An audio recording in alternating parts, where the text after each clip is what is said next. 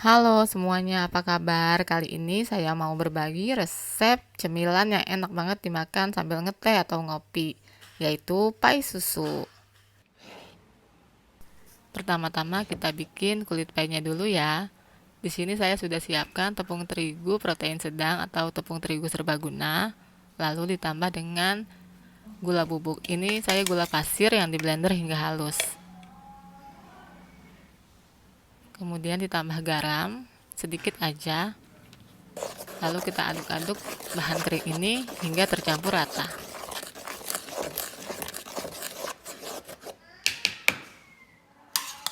Selanjutnya kita masukkan mentega atau bisa juga pakai margarin. Kalau saya dicampur 50 gram mentega, 100 gram margarin. Atau bisa juga pakai perbandingan 1:1 sesuai selera. Kemudian kita aduk hingga rata dengan menggunakan garpu. Hingga teksturnya tuh seperti pasir bergerinjil.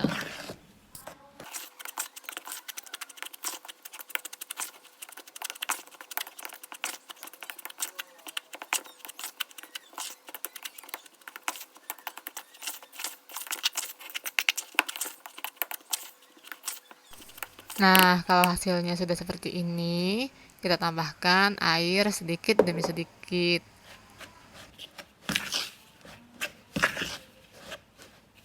Kalau adonannya terasa masih kering, bisa ditambahkan lagi dengan sedikit air. Kalau saya pakai total sekitar 2 sendok makan. Nah, ini sepertinya adonannya sudah cukup basah, jadi saya uleni pakai tangan.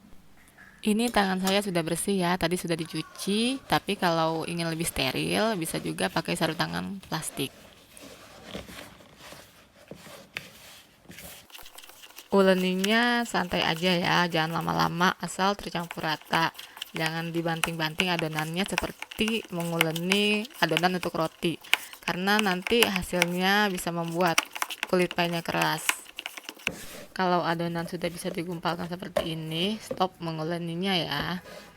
Hasil adonan yang pas itu tidak terlalu lembek dan tidak terlalu kering seperti ini.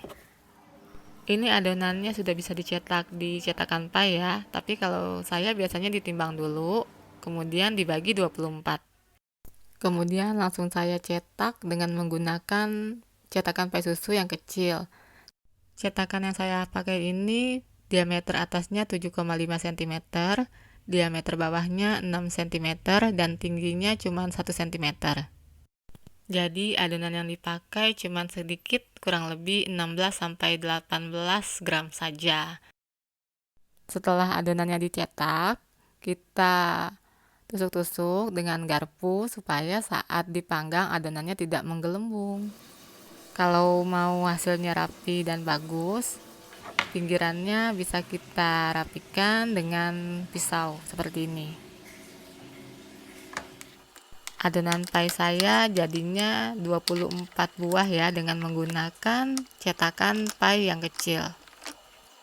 Setelah tercetak semua, biasanya saya simpan di dalam lemari es sambil membuat bahan isiannya. Untuk isiannya saya pakai 2 butir kuning telur. Kemudian ditambahkan dengan sedikit air. Dan supaya tidak amis nanti hasilnya, saya tambahkan vanilla ekstrak.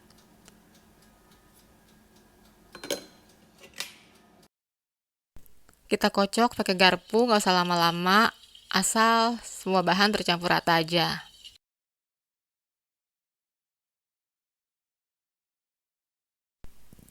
Selanjutnya saya tambahkan susu bubuk, saya pakai susu bubuk Denkau, lalu saya kocok lagi dengan garpu hingga benar-benar tercampur rata susunya.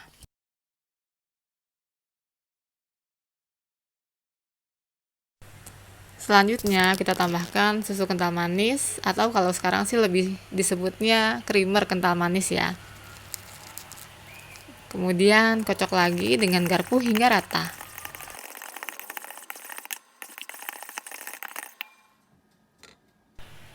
Bahan isiannya sudah jadi, bisa langsung kita lanjutkan ke proses berikutnya.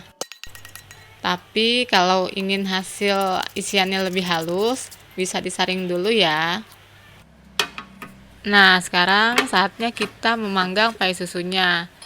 Saya menggunakan loyang hitam bawaan dari ovennya karena loyangnya ini cepat panasnya dan panasnya juga merata.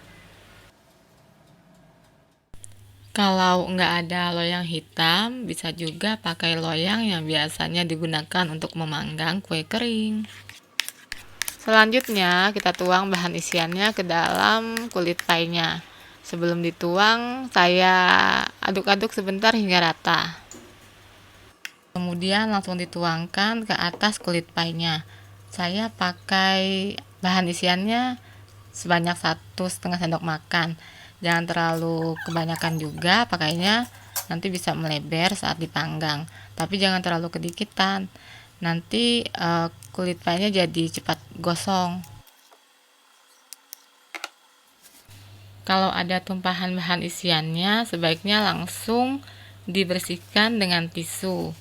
Karena kalau dibiarkan nanti saat sudah matang, waktu kita mau melepas dari cetakannya itu agak susah karena adonannya menempel.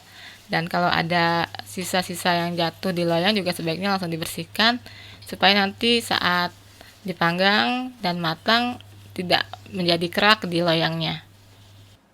Selanjutnya kita masukkan ke dalam oven yang sudah dipanaskan sebelumnya dengan api sedang. Saya pakai suhu 180 derajat Celcius, api atas bawah, dan dipanggang selama 20 hingga 25 menit.